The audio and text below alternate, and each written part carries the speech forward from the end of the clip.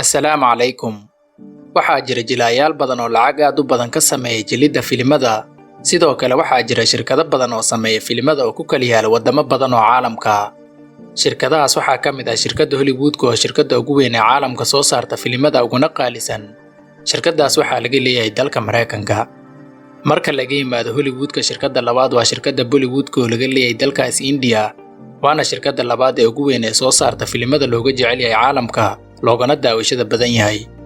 Haddaba muuqaalkeena maanta waxaan uga hadli doonaa 10 jilaa ugu lacagta badan jilayaasha reer India sanadka 2020. Ku soo dhawaada muuqaalkeena maanta.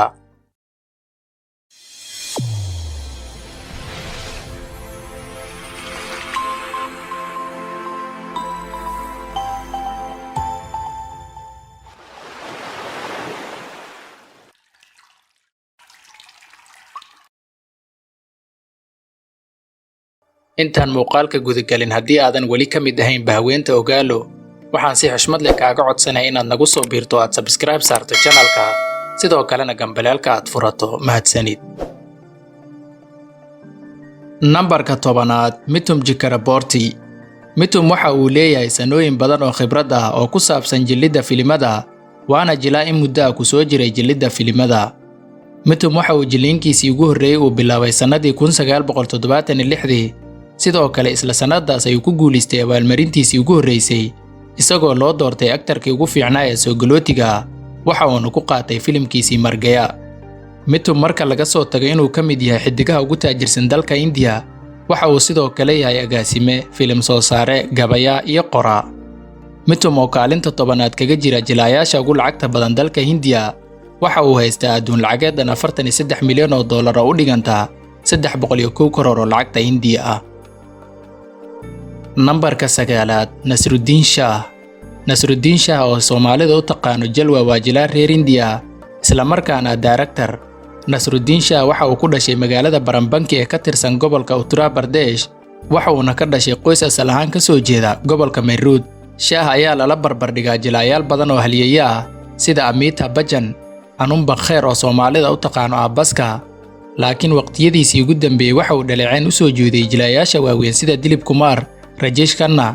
Waxa uuna ku eeday inay jilayaasha yaryar ay daawadaan aynan daawan jilayaashii hore. Shah oo kaalinta 9aad ka soo galay liiskan waxa uu haystaa adduun lacageed dhan $50 milyan oo u dhiganta 378 karoor oo lacagta Hindiya. Nambarka 8aad, Dharmendra. Dharmendra waxa uu dhashay bishii December 1935. waxaa lagu naanaysaa Action King oo loola jeedo boqorka actionka, waxa uuna caan ku yahay jilidda filimada xarakaadka badan leh. Dharmendra waa shakhsi filimada soo saara, sidoo kale waa siyaasi hore. Waxa uu xubin ka ahaa baarlamaankii 14aad ee Hindiya, waxa uuna la soo shaqeeyay xisbiga Bharat Janata oo ah xisbiga waqtigan maamula dalka Hindiya. Sidoo kale Dharmendra xaaskiisa labaad waxay ka mid tahay tiriishooyinka Bollywood-ka ugu quruxda badan, waxaana lagu magacaabay Hema Malini. Sidoo kale wiilashii ay u dhashay xaaskiisa koowaad waa jilayaal waaweyn oo caan ka ah Bollywood-ka Hindiya, waana labada wiil ee lagu kala magacaabo Sunny Deol iyo Bobby Deol. Dharmendra oo liiskan ka soo galay kaalinta 8aad waxa uu haystaa adduun lacageed dhan $70 milyan oo u dhiganta 490 karoor oo lacagta Hindiya. Nambarka 7aad, Saif Ali Khan. Saif Ali Khan waa jilaa, sidoo kale waa soo saare, waana mid ka mid ah jilayaasha ugu qanisan dalka India.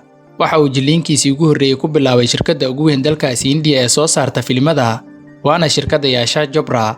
Waxa uuna filimkiisii ugu horreeyay uu jilay sanadii 1993.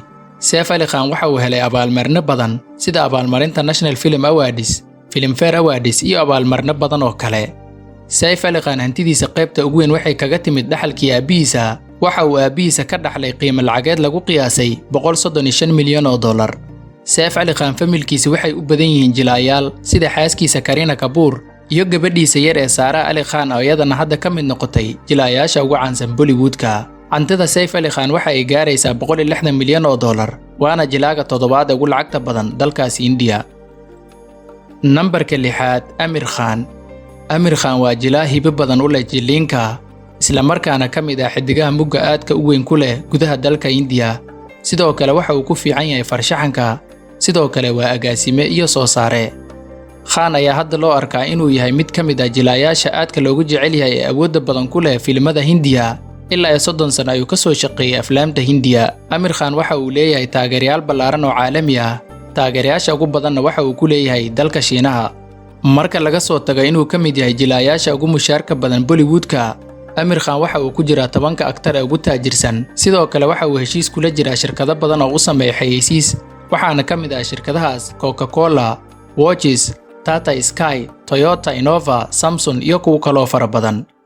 Aamir Khan oo liiskan ka soo galay kaalinta 6aad waxa uu haystaa adduun lacageed dhan $205 milyan. Nambarka 5aad, Akshay Kumar. Akshay Kumar waa mid ka mid ah jilaayaasha ugu wanaagsan jilaayaasha reer India. Waxa uu jilay in ka badan 100 filin oo 29 ka mid ay noqdeen blockbuster. Sidoo kale waa mid ka mid ah jilaayaasha Bollywoodka kuwaas oo filmadoodu rikoor ka dhigeen box office-ka. Akshay Kumar waa xiddig isku filan oo dhaqaale badan ka sameeyay tan iyo jiliinkiisii filimada. Sidoo kale Akshay Kumar waa jilaaga ugu falowga badan barta Instagram-ka. Waxa falow dhahday ku dhawaad 38 milyan oo qof. Shaki kuma jiro Akshay Kumar inuu ka mid yahay jilaayaasha ugu qanisan Bollywoodka, taasi oo ka dhigtay inuu lacag dhan 40 karoor rupees ka helo filim kasta oo uu sameeyay. Akshay Kumar oo Soomaalidu u taqaano Master Bond ayaa kaalinta 5aad ka soo galay liiskan. Waxa uu haystaa adduun lacageed dhan $273 milyan. Nambarka 4aad, Salman Khan. Ma jiri doonto inaan ka sheekaynay liiska jilaayaasha ugu taajirsan India iyada uu ka maqan yahay ninka lagu naaneeso Baahi of Bollywood ama walaalka Bollywoodka. Waxa uu ixtiraam badan ku helay sababta deeqsinimadiisa, samafalkiisa iyo dabcan jirkiisa dhisan. Salman ayaa qiyaastii celilis ahaan 60 karoor ka hela filim kasta uu sameeyo. Hantida Salman ayaa ka kooban dhismayaal guri, beero waaweyn, gawaari gaashaman, gawaarida raaxada iyo mootooyin badan iyo waxyaabo badan oo cusub oo aan la soo koobi karin. Nasiib daro waa 54 jir weli doob ah, aan lahayn wax xaas iyo wax awlaad ah toona. Salman Khan ma ahan keliya jilaa, laakiin sidoo kale waa soo saare guulaystay, sidoo kale mararka qaar waa uu heesaa. Salman ayaa liiskan ka soo galay kaalinta 4aad, waxa uuna haystaa adduun lacageed dhan $310 milyan. Nambarka 3aad, Hrithik Roshan. Haddii aad weli u malaynaysid inay reer Khan keliya yihiin kuwa Bollywoodka ugu taajirsan, ka fikir arrinkaas mar kale. Hrithik Roshan oo ah aktarka ugu wanaagsan markay timaado qoobka ciyaarka ayaa ka mid ah kuwa ugu sarreeya Bollywoodka, sidoo kalena waa midka ugu wanaagsan habka jiliinka. Hrithik Roshan sidoo kale waa mid ka mid ah ragga ugu quruxda badan adduunka iska baddaaya Bollywoodka. Inkasta oo uu ka dhashay qoys hodan ah, haddana dadaalkiisa iyo xirfadiisa shaqo ayaa dhammaanteena ku barannay. Sidoo kale Hrithik waxa uu ka mid yahay aktarada ugu caansan caalamka 18 sano ee ugu dambeysay. Hrithik ayaa ka soo galay liiskan kaalinta 3aad, waxa uuna haystaa adduun lacageed dhan $371 milyan. Nambarka 2aad, Amitabh Bachchan. Amitabh Bachchan waxa uu ka mid yahay jilaayaasha sida weyn loogu xushmeeyo filimada India. Waxa uu bilaabay jiliinkiisii 1970-meeyadii, waxa uuna sumcad weyn ka sameeyay tan iyo bilowgiisii. Magaca Bachchan waxa uu noqday magac ay xitaa yaqaanaan reer guuraaga. Amitabh waxa uu jili karaa nooc kasta oo weji ah iyo qaab kasta. Waxa uu sheer gaaraya 3.4% ku leeyahay shirkad la yiraahdo Tembet Capital oo ka takhasustay suuqyada dhaqaalaha. Sidoo kale qoyska Bachchan waxay iibsadeen iskuulka Mendara oo asalkiisa laga leeyahay dalka Mareykanka. Wiilkiisii Abhishek ayaa iska leh kooxda ka ciyaarta Indian Super League ee lagu magacaabo Genevian FC. Amitabh oo liiskan ka soo galay kaalinta 2aad waxa uu haystaa adduun lacageed dhan $400 milyan.